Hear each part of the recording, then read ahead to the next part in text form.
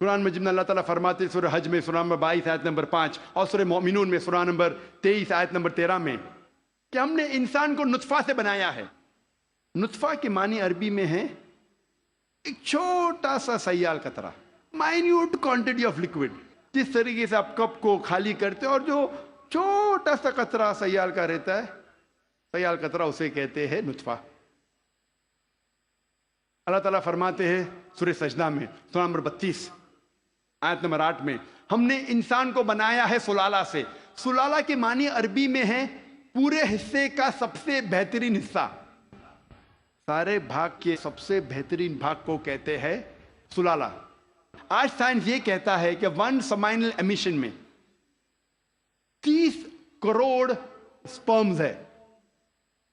آدمی جب ایجیکولیٹ کرتا ہے عام طور پہ تقریباً 30 کروڑ سپرم ایجیکولیٹ کرتا ہے. اس میں سے صرف ایک ہی کافی ہے، اونلی 1 سپرماٹوزوا، ایک کافی ہے بیضے کو فرٹیلائز کرنے کے لیے، بوجھل کرنے کے لیے، ایک ہی کافی ہے. اس 30 کروڑ میں سے ایک کو قرآن کہتا ہے سلالہ، best part of the whole, سارے حصے کا سب سے بہترین حصہ. اللہ تعالیٰ فرماتے سورہ انسان میں سورہ نمبر 76 آیت نمبر 2 میں ہم نے انسان کو تحفہ دیا ہے، صلاحیت دی ہے سننے کی اور دیکھنے کی. قرآن میں لکھا ہے سب سے پہلے آتی ہے انسان میں صلاحیت سننے کی. آج سائنس یہ کہتی ہے کہ 22ویں دن میں ماں کے پیٹ میں بچے کا کان اندرونی حصہ شروع ہوتا ہے اور 5ویں مہینے تک کمپلیٹ ہوتا ہے. 7ویں مہینے میں آنکھ کھلتی ہے. تو قرآن میں لکھا سب سے پہلے آتی ہے سننے کی صلاحیت، اس کے بعد دیکھنے کی. قرآن میں اس کا ذکر ہے سورہ سجدہ میں سورہ نمبر 32 آیت نمبر 9 میں بھی ہم نے انسان کو دی ہے صلاحیت سننے کی، سوچنے کی اور سمجھنے کی. قرآن مجید میں جب جینیٹکس کے بارے میں ہم پڑھتے ہیں، آج سائنس یہ کہتی ہے کہ جو انسان کا جنس ہے وہ آدمی کے سیال سپرم پہ ڈیپینڈ کرتا ہے، منی پہ ڈیپینڈ کرتا ہے. اور اگر 23rd پیئر آف کروموزوم 23ویں جوڑی کروموزوم کی اگر وہ XX ہے تو ہو جاتی ہے لڑکی، اگر XY ہے تو بن جاتا ہے لڑکا. اور منی ذمہ دار ہے یہ جاننے کے لیے کہ لڑکا ہے لڑکی ہے. منی کا اگر X حصہ لیتا ہے فرٹیلائزیشن میں تو بنتی ہے لڑکی، اگر Y حصہ لیتا ہے تو بنتا ہے لڑکا. یہ ہم حال ہی میں جانیں. قرآن مجید میں اس کا ذکر ہے 1400 سال پہلے سورہ نجم میں سورہ نمبر 53 آیت نمبر 45-46 میں اللہ تعالیٰ فرماتے ہم نے انسان کو جوڑے میں بنایا ہے، میل اینڈ فیمیل، جنس میں مذکر اور مؤنث، ایک قطرے سے جو آدمی سے آتا ہے. عربی میں لکھا ہے تمنا.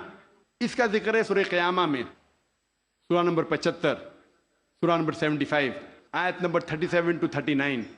اس میں اللہ تعالیٰ فرماتے ہم نے انسان کو بنایا ہے نطفتن من من یمنا، ہم نے انسان کو بنایا ہے آدمی کے منی کے نطفے سے سپرم، اور پھر بنا علقات سے مدغہ اور ان کو جنس ڈالی مرد اور عورت.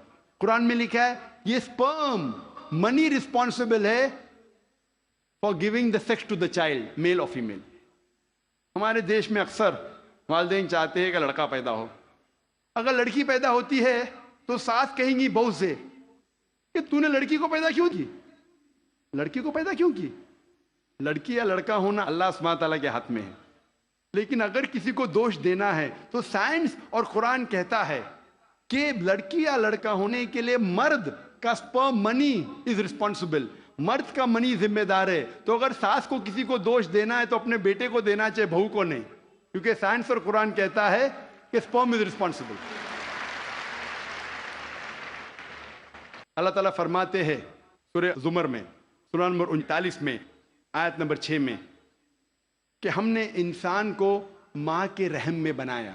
مرحلے کے بعد دوسرے مرحلے میں stages after stages in 3 veils of darkness, 3 اندھیرے پردوں میں. پروفیسر کیت مور نے کہا یہ 3 پردے اندھیرے کے معنی ہیں اینٹی ایبڈومنل وال، یوٹرائن وال، ایمنیوکوریونک میمبرین. اینٹی ایبڈومنل وال مطلب ماں کے آگے کی پیٹ کی دیوار، یوٹرائن وال مطلب رحم کی دیوار، اور ایمنیوکوریونک میمبرین. قرآن مجید میں ایمبریولوجیکل سٹیجز کس طریقے سے بچہ آہستہ آہستہ بڑھتا ہے، ماں کے رحم میں پلتا ہے اور بڑا ہوتا ہے، اس کا تفصیل سے ذکر کیا گیا قرآن مجید میں کئی آیتوں میں. ایک سورہ کی 3 آیت پیش کروں گا، سورہ مؤمنون کی سورہ نمبر 23 آیت نمبر 12 سے 14 میں اللہ تعالیٰ فرماتے ہیں کہ ہم نے انسان کو بنایا ہے کوئنٹیسنس آف کلے سے، انسان کو بنایا ہے طین کے سلالے سے، اور پھر اس کو بنایا نطفہ میں، نطفہ کو رکھا قرار مکین میں، پھر نطفے کو بنایا علقہ میں، علقہ سے تبدیل کیا مدغہ میں، مدغہ سے بنایا عظامہ، اور اس عظامہ پر ہم نے ڈالا لحم. اور اللہ سبحانہ وتعالیٰ نے اس کے بعد ایک نئی جاندار چیز بنائی. مختصر ہم اس کا ذکر کروں گا.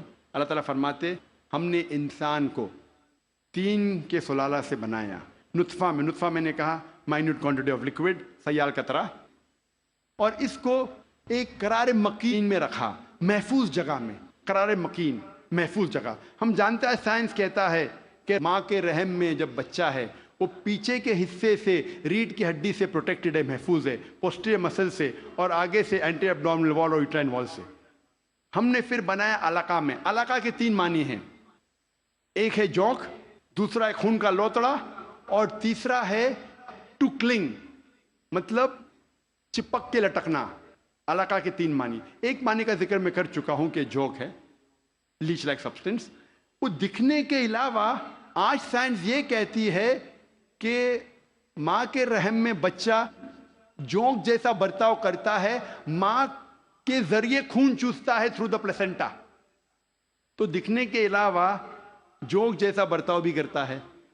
دوسرے معنی ہے خون کا لوتڑا. آج سائنس یہ کہتی ہے کہ شروع میں بلڈ سرکولیشن شروع نہیں ہوتا ہے، رگوں میں خون بہنا شروع نہیں ہوتا ہے، تو دیکھنے میں اس سٹیج میں، اس مرحلے میں وہ دکھتا ہے خون کا لوتھڑا. تیسرے معنی ہے کہ چپک کے لٹکنا، something which clings. آج سائنس یہ کہتی ہے کہ ماں کے رحم میں بچہ چپک کے لٹکتا ہے ماں کے رحم کی دیوار کو. تو تینوں معنی الحمدللہ ثم الحمدللہ جو قرآن مجید میں علقہ کی ہے، تینوں معنی سائنٹیفکلی آج ثابت ہو چکی ہے. اس کے بعد علقہ سے بن جاتا ہے مدغہ. مدغہ کے معنی چبائی ہوئی چیز، اچوڈ لائک لمپ. پروفیسر کیتھ مون نے ایک پلاسٹر لی، اپنے دانت کے درمیان چبائے، اور جب باہر نکالا تو دیکھا کہ وہ دانت کے نشان تھے، اٹ ریزمبل دا سومائٹس، جہاں سے نروز نکلتے ہیں. مدغہ کو اللہ تعالیٰ نے بنایا عظامہ میں، عظامہ مانے ہڈی، اور اس ہڈی پہ ڈالے لحم، لحم مطلب گوشت. اس کے بعد اللہ سبحانہ و تعالیٰ نے ایک نئی جاندار چیز بنائی. اس کے معنی ہے، آج سائنس یہ کہتا ہے کہ اس مرحلے تک جتنے باقی جاندار چیزیں، مثال کے طور پہ خرگوش، مچھلی، انسان، اس کا مرحلہ یکساں ہے. اس کے بعد انسان کا مرحلہ سٹیج ڈیفرنٹ ہے، علیحدہ ہے، اور ہمیں دکھتا ہے صرف ہاتھ پیر انسان کے. جب یہ ساری آیتوں کا ذکر پروفیسر کیتھ مور کے سامنے رکھا، پروفیسر کیتھ مور نے کہا، 80 سوالات جب انہیں پوچھے گئے تھے، انہوں نے کہا یہ سب تو مجھے سائنس نے اب بھی ترقی کیا معلوم پڑا، اور جو بھی نئی چیز انہیں ملی قرآن کے ذریعے، حدیث کے ذریعے، ان نے اپنی نئی کتاب میں داخل کیا، اور انہوں نے لکھا دا 3rd addition of the developing human. میں جب میڈیکل کالج میں تھا، ہمیں اگر اچھے مارکس ملنا چاہیے تو ہم ریفر کرتے تھے کتاب پروفیسر کیتھ مور کی ڈیولپنگ ہیومن. اگر جسٹ پاس ہونے گئے تو ہم ریفر کرتے تھے اندربیر سنگھ، جسٹ پاس ہونے گئے. ایمبریولوجی میں اگر ہم اچھے مارکس چاہتے ہم ریفر کرتے تھے کتاب پروفیسر کیتھ مور کی ڈیولپنگ ہیومن. جب میں میڈیکل کالج میں تھا اس وقت مجھے کتاب نہیں ملی. جو 3rd ایڈیشن، ان نے نئی چیز جو ملی قرآن اور حدیث کے ذریعے، انہیں اپنی کتاب میں داخل کی، جس کے لیے انہیں ایوارڈ ملا تھا best medical book written by single author in that year. سب سے بہترین طب کی کتاب جو کسی ایک لیکھک نے لکھی. اور یہ کتاب کا ترجمہ کئی زبانوں میں ہو چکا ہے. اللہ تعالیٰ فرماتے ہیں سورہ حج میں، سورہ نمبر 22 آیت نمبر 5 میں، کہ ہم نے انسان کو بنایا علقہ سے، علقہ سے بنایا مدغہ. کچھ اعضاء بنے ہوئے، کچھ نہیں بنے ہوئے. Some organ formed, some not formed. جب یہ آیت کا ترجمہ